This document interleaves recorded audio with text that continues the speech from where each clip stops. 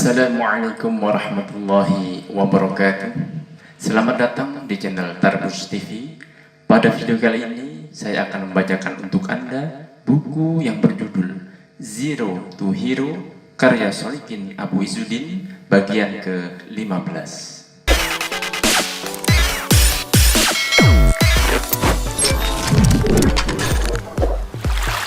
Lakukan pekerjaan besar.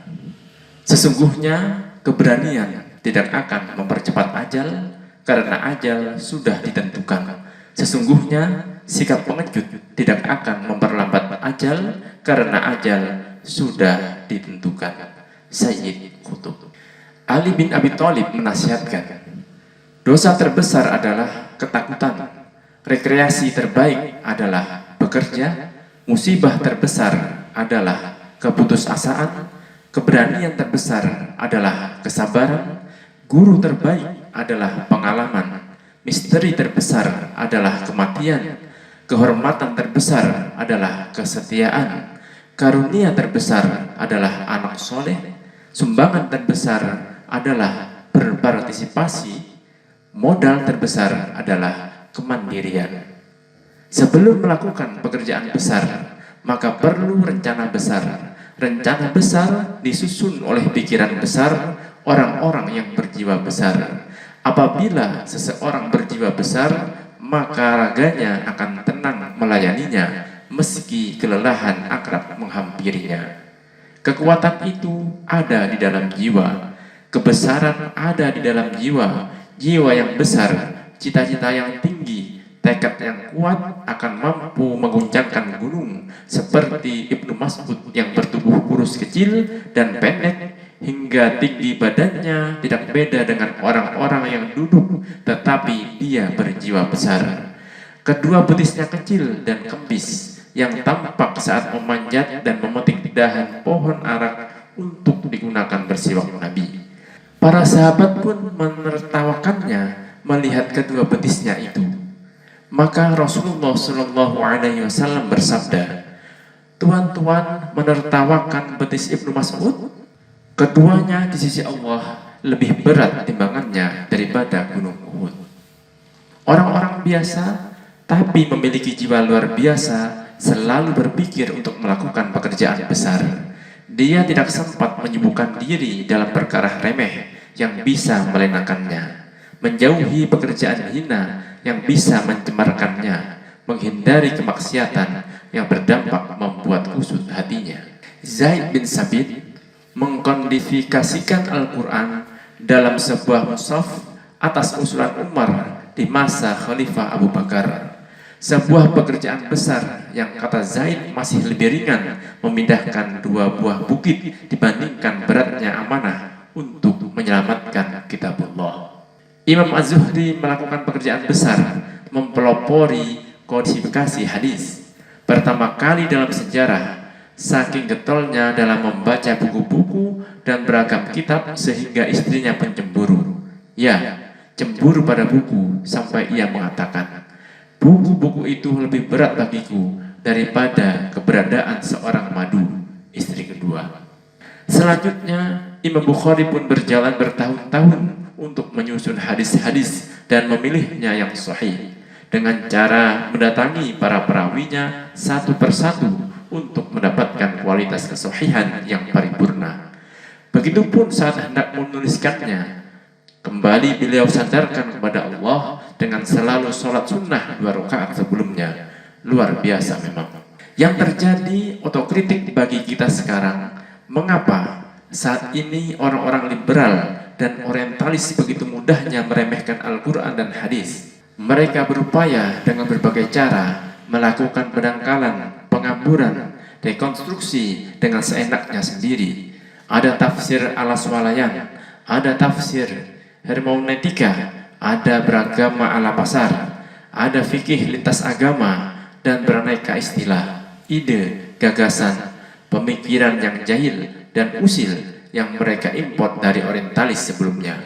Tentu semua untuk mengeruk dolar, seperti pengakuan Ulil Absor Abdullah sendiri. Kalau udah kaya mau berhenti, katanya.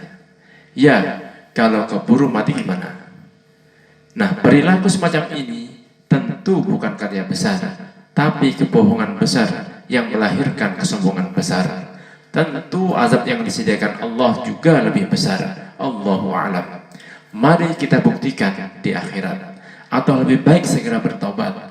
Wahai sobat, sebelum terlambat. Nah, nggak perlu pusing, otak-atik otak ala jil. Sekarang yang perlu dipikirkan, apa kontribusi karya besar kita untuk umat bangsa.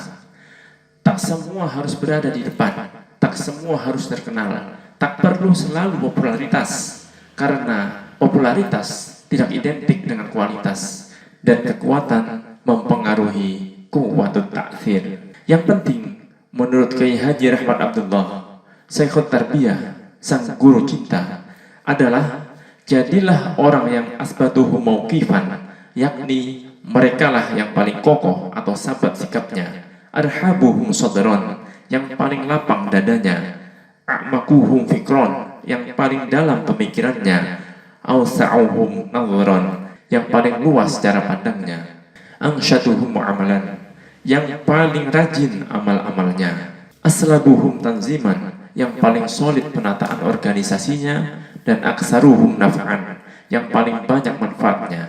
Semoga kami bisa meneruskan wasiatmu ya Syekh. Perdayakan resource yang ada demi masa. Gunakan kesempatan yang masih diberi. Moga kita takkan menyesal. Masa usia kita jangan disiakan, karena ia takkan kembali. Sehat sebelum sakit, kaya sebelum miskin, muda sebelum tua, lapang sebelum sempit, hidup sebelum mati, hidup sebelum mati. Kesempatan. Ada dua nikmat yang kebanyakan manusia tertipu di dalamnya, kesehatan dan kesempatan. Kita punya resources yang teramat besar, yakni kesempatan yang terhampar dan usia yang diberikan untuk diisi dengan prestasi besar. Rasulullah Shallallahu Alaihi Wasallam mengingatkan kita untuk selalu menggunakan kesempatan dan jangan tertipu di dalamnya. Rasulullah Shallallahu Alaihi Wasallam bersabda, raihlah 5 perkara sebelum datangnya 5 yang lain. 1. Hidupmu sebelum matimu. 2. Sehatmu sebelum sakitmu. 3. Kesempatan sebelum sibukmu. 4. Mudamu sebelum tuamu. 5. Kayamu sebelum miskinmu. Sahih Jami'us Shaghir Al-Albani, halaman 11.088 dari Ibnu Abbas radhiyallahu anhu. Karena kesempatan yang ada di dunia terbatas, carilah cara-cara cerdas untuk berprestasi dan sukses tanpa batas. Atok bin Abi Rabah pernah tidur di masjid selama 30 tahun untuk mencari ilmu. Al-A'mash tidak pernah terlambat mengikuti takbiratul ihram selama 60 tahun. Ahmad bin Hambal berjalan 30.000 mil untuk mencari hadis dan hafal 1 juta asar. Beliau telah mewariskan 40.000 hadis dan musnadnya. Begitulah sebagian perjalanan orang-orang besar. Mereka orang-orang biasa, tetapi prestasinya luar biasa, bisa dirasakan sepanjang masa. Sayang, kadang kita tidak mampu menggunakan kesempatan sehingga tidak mampu meraih peluang yang datang. Apa sebabnya? Suka menunda-nunda pekerjaan sehingga menumpuk di satu waktu, tidak memiliki skala prioritas sehingga kacau dalam tugas, membuang-buang waktu untuk perbuatan yang tidak perlu. Hal ini telah dipaparkan dalam bahasan mengapa kita sering kehilangan momentum. Kuncinya adalah kesungguhan menggunakan sumber daya yang ada dan momentum yang tersedia. Hasilnya Anda lihat saja dan bandingkan dengan umur kita. Apa prestasi kita? Gunakan nikmat usia. Happy birthday to you. Happy birthday to you. Why? Benarkah kita bahagia? Apa sih karya kita? Mengapa kita habiskan waktu buat pesta pora? Itulah yang sering kita lalaikan. Merasa tambah usia, padahal jatah dan kontrak hidupnya makin sempit saja. Orang-orang sukses menyadari bahwa usia harus berbanding lurus dengan prestasi. Sejak awal, mereka menapaki usianya untuk meraih prestasi. Di antaranya, yang paling menonjol adalah ditanamkan dan diwujudkan hafalan Quran sejak usia dini. Kalau di masa sekarang ada kampanye nikah dini, kalau di masa salafus soleh sudah jauh-jauh hari mengkampanyekan hafal Quran dan kitab pilihan usia dini. Imam Syafi'i misalnya, ia telah hafal Quran pada usia 9 tahun, lalu menghafal kitab Muwatta Imam Malik di usia muda.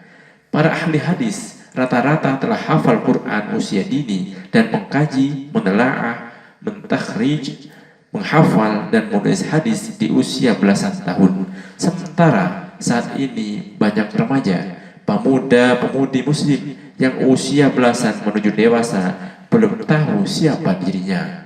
Jangankan untuk menghafal Quran, membaca pun belum bisa. Usamah bin Zaid menjadi panglima perang usia 18 tahun. Muhammad bin Qasim menjadi panglima perang usia 17 tahun.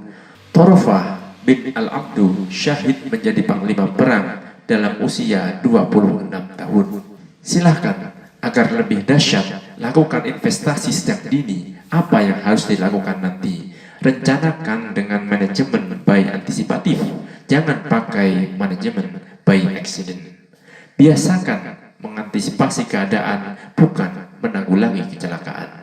Buatlah tabel muhasabah apa yang telah, sedang, dan akan kita lakukan dengan 1. Hidupmu sebelum matimu. 2. Sehatmu sebelum sakitmu. 3. Kesempatan sebelum sibukmu. 4. Mudahmu sebelum tuamu. 5. Kayamu sebelum miskinmu. Seperti yang dilakukan para ulama besar, mereka belajar di saat longgar dan setiap kesempatan untuk belajar, sehingga kesempitan, ketertindasan, bahkan penjara menjadi madrasah. Mereka tinggal membuka file hafalan di dalam harddisk hati, pikiran, jiwa, dan lisannya. Bila para ulama belajar untuk menghasilkan karya dan menghafalnya, sayang sekali kita sekedar membaca karya mereka, susahnya bukan main. Apalagi menghafal dan menghasilkan karya besar. Inilah something wrong yang harus kita temukan jawabnya dan kita ubah paradigmanya. Gali potensi yang terpendam. Rasulullah SAW bersabda, seorang mukmin yang kuat lebih baik dan lebih dicintai Allah daripada seorang mukmin yang lemah. Dan pada diri masing-masing dari keduanya terdapat kebaikan. Bersungguh-sungguhlah dalam meraih apa yang bermanfaat bagimu. Mohonlah pertolongan kepada Allah dan jangan merasa lemah. Jika sesuatu menimpamu, maka janganlah kamu mengatakan, seandainya aku melakukan begini, niscaya akan begini dan begini. Akan tetapi katakanlah, Allah telah mentakdirkan hal itu dan apa yang dikehendakinya pasti akan terjadi. Karena sesungguhnya perkataan seandainya akan membuka perbuatan setan.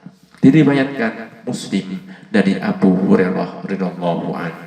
Rasulullah sallallahu alaihi wasallam bersabda, sesungguhnya manusia itu tidak lain seperti kawanan 100 ekor unta. Hampir-hampir engkau tidak bisa menemukan di dalamnya seekor unta yang mampu menempuh perjalanan jauh. Diriwayatkan Bukhari dari Abdullah bin Umar radhiyallahu anhu. Bahagialah orang yang mampu membaca potensi dirinya. Celaka orang yang tidak tahu potensi dirinya dan orang lain pun tak tahu potensinya, atau memang gak punya potensi sama sekali. Impotent man. Na'udzubillah. Saudaraku, segeralah temukan potensi yang terpendam dalam diri Anda. Karena orang-orang yang sukses adalah orang yang selalu menjaga keahlian dan potensi mereka. Mereka tidak akan menyia-nyiakan dan merusaknya. Karenanya, jangan membazirkan potensi Anda untuk hal-hal yang sia-sia. Allah Subhanahu wa Ta'ala mengingatkan kita, sungguh beruntunglah orang yang beriman, yaitu orang yang khusyuk dalam sholatnya dan orang-orang yang terhadap perkara sia-sia ia menjauhkannya. Al-Mu'minun ayat 1 sampai dengan 3. Orang yang bahagia dan sukses adalah orang yang khusyuk. Ia adalah orang yang konsentrasi dan fokus menapaki jalan, meraih tujuan dan menggapai keridhaan. Ia arahkan hati, pikiran, badan dan perasaan pada satu titik. Ia yakin dirinya akan menemui titik keabadian itu di akhirat nanti. Berikutnya, ia pun tak sia-siakan kesempatan untuk perkara tercela yang tak berguna, karena hal itu akan mengurangi kualitas jalan yang ditapakinya, amal yang dirindisnya, dan merusak cita-citanya. Rasulullah Shallallahu Alaihi Wasallam bersabda, di antara kebaikan Islamnya seseorang adalah meninggalkan apa-apa yang tak berguna baginya. Hadis riwayat Tirmidzi dan yang lainnya. Rasulullah Shallallahu Alaihi Wasallam juga mengingatkan, ada dua nikmat di mana banyak orang yang tertipu dengan keduanya, nikmat sehat dan waktu luang. Hadis riwayat Bukhari dari Ibnu Abbas. Namun sayang, orang mengetahui potensinya setelah waktu melampauinya. Ia tahu potensi mudanya setelah tua, seperti kesedihan Abdullah bin Amr bin As yang terlalu memfosil membaca Al-Quran dengan menghatamkannya setiap 3 hari di usia mudanya, sehingga tak bisa merasakan manisnya ibadah yang lain. Orang baru merasakan nikmatnya sehat ketika ia sakit, seperti kata Imam Syahid Hasan Al-Banna, kesehatan adalah mahkota yang bertengger di atas kepala orang sehat, tetapi hanya orang sakit yang mampu melihatnya. Begitulah nikmat terasa nikmat kala ia mulai berkelebat meninggalkan tempat. Demikian juga waktu luang. Waktu luang akan dapat merusak pikiran apabila tidak disibukkan dengan kebaikan. Karena apabila seseorang tidak disibukkan dalam kebaikan, niscaya ia akan disibukkan dengan keburukan. Tentu akan menyedihkan bila orang lain sukses, sementara kita sendiri terpuruk merenungi nasib dan belum menumbuhkan potensi apa yang terpendam dan amal apa yang bisa dilakukan. Tapi jangan menyerah, jangan persempit pikiran Anda dengan berbagai masalah, karena ia akan membuat hati gundah, pikiran gelisah, akal berkarat, mulut meratap, dan menghancurkan cita-cita mulia. Aid Al-Qurni. Segeralah lakukan eksplorasi diri untuk menemukan mutiara yang terpendam di dalam hati. Teruslah berkarya dan menghasilkan yang terbaik dalam hidup Anda. Jangan mempersoalkan persoalan sehingga persoalan itu menyusahkan diri kita sendiri. Insinyur Mahfudin Wirya Atmaja. Mereka yang sukses tentu karena ada usaha dan kerja kerasnya serta campur tangan pertolongan Allah Subhanahu wa Ta'ala. Ibnu Qayyim memberikan nasihat, ketakwaan kepada Allah pasti mendatangkan rizki, karena itu meninggalkan ketakwaan pasti mendatangkan kefakiran.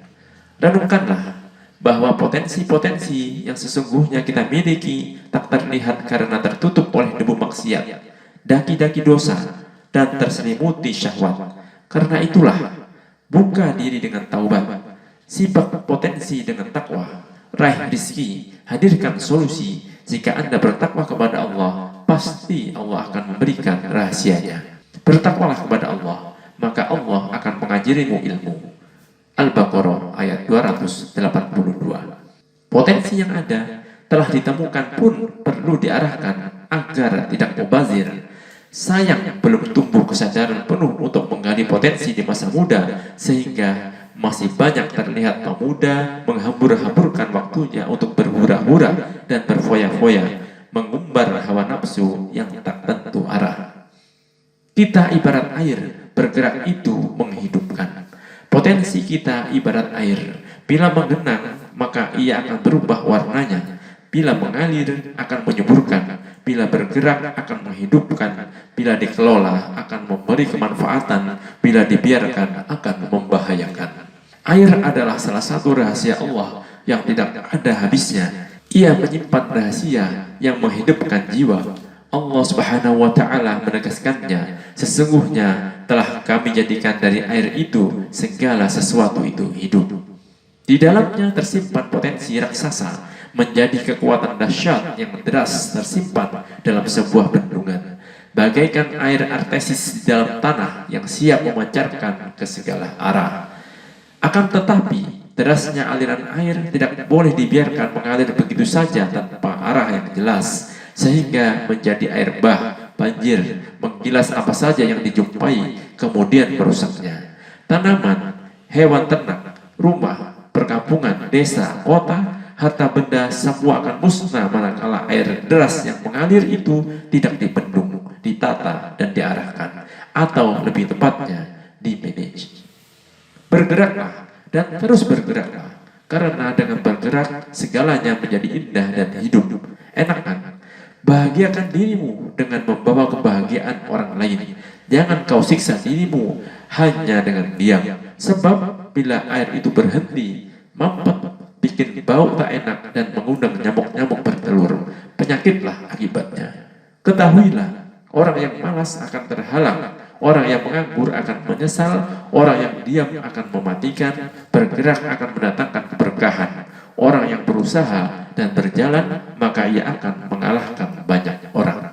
Bekerjalah dan katakanlah, bekerjalah kamu, maka Allah dan Rasulnya serta orang-orang mukmin akan melihat pekerjaanmu itu, dan kamu akan dikembalikan kepada Allah yang mengetahui akan yang gaib dan yang nyata. Lalu diberitakannya kepada kamu apa yang telah kamu kerjakan. At-Taubah ayat 105. Amal yang dilakukan seperti air yang menetes terus-menerus. Dr. Aid Al-Qurni dengan indah menggambarkannya. Tetesan demi tetesan akan menjadi sungai, dirham demi dirham akan menjadi harta, kertas demi kertas akan menjadi buku, dan waktu demi waktu yang dilewati akan menjadi umur. Jadi prestasi yang dihasilkan merupakan kontribusi kontinu yang dilakukan tak kenal lelah, tak kenal henti. Bersegeralah dan bersegeralah beramal sebelum habis sisa umur dan selesai penulisan amal, saat dimana tak tersisa lagi kesempatan beramal di waktu malam maupun siang. Jadi waktu adalah sarana untuk berprestasi, seperti pesan Nabi. Segeralah beramal soleh sebelum datang 7 perkara, yaitu akankah engkau menanti selain kekafiran yang melalaikan, atau kekayaan yang menyesatkan, atau penyakit yang merusak, atau umur yang disegerakan, atau dajjal perkara gaib yang ditunggu-tunggu, atau kiamat. Padahal kiamat adalah peristiwa dahsyat dan mengerikan. Hadis riwayat Tirmizi. Dari Abu Sa'id Al-Khudri radhiyallahu anhu bahwa Nabi Shallallahu alaihi wasallam bersabda, ada 5 perkara, barang siapa mau mengamalkannya pada suatu hari, maka Allah akan mencatatnya sebagai ahli surga, yaitu orang yang mau menengok orang sakit, mengantar jenazah, berpuasa pada suatu hari, pergi ke masjid, dan memerdekakan budak. Hadis riwayat Ibnu Hibban. Jadilah seperti air, bergerak dan terus bergeraklah. Kalau tidak bergerak, diamnya air itu membahayakan, bisa-bisa bikin orang tenggelam. Sekaranglah saatnya untuk meniti prestasi dan menata diri demi esok yang telah menanti. Allah Subhanahu wa Ta'ala berfirman, dan katakanlah, bekerjalah kamu, maka Allah dan Rasulnya serta orang-orang mukmin akan melihat pekerjaanmu itu, dan kamu akan dikembalikan kepada Allah yang mengetahui akan yang gaib dan yang nyata. Lalu diberitakannya kepada kamu apa yang telah kamu kerjakan. At-Taubah ayat 105. Ibnu Umar berkata, jika kamu berada di sore hari, jangan menunggu pagi hari, dan jika kamu berada di pagi hari, jangan tunggu sore hari. Gunakanlah kesehatanmu untuk persiapan saat sakitmu, dan kehidupanmu untuk kematianmu. Riwayat Bukhari. Ketahuilah bahwa kemarin telah tiada, hari ini sedang terjadi, hari esok belum terjadi. Gunakan kesempatan yang masih diberi, moga kita takkan menyesal. Masa usia kita jangan disia-siakan, karena ia takkan kembali. Wallahu a'lam bishawab. Wassalamualaikum warahmatullahi wabarakatuh.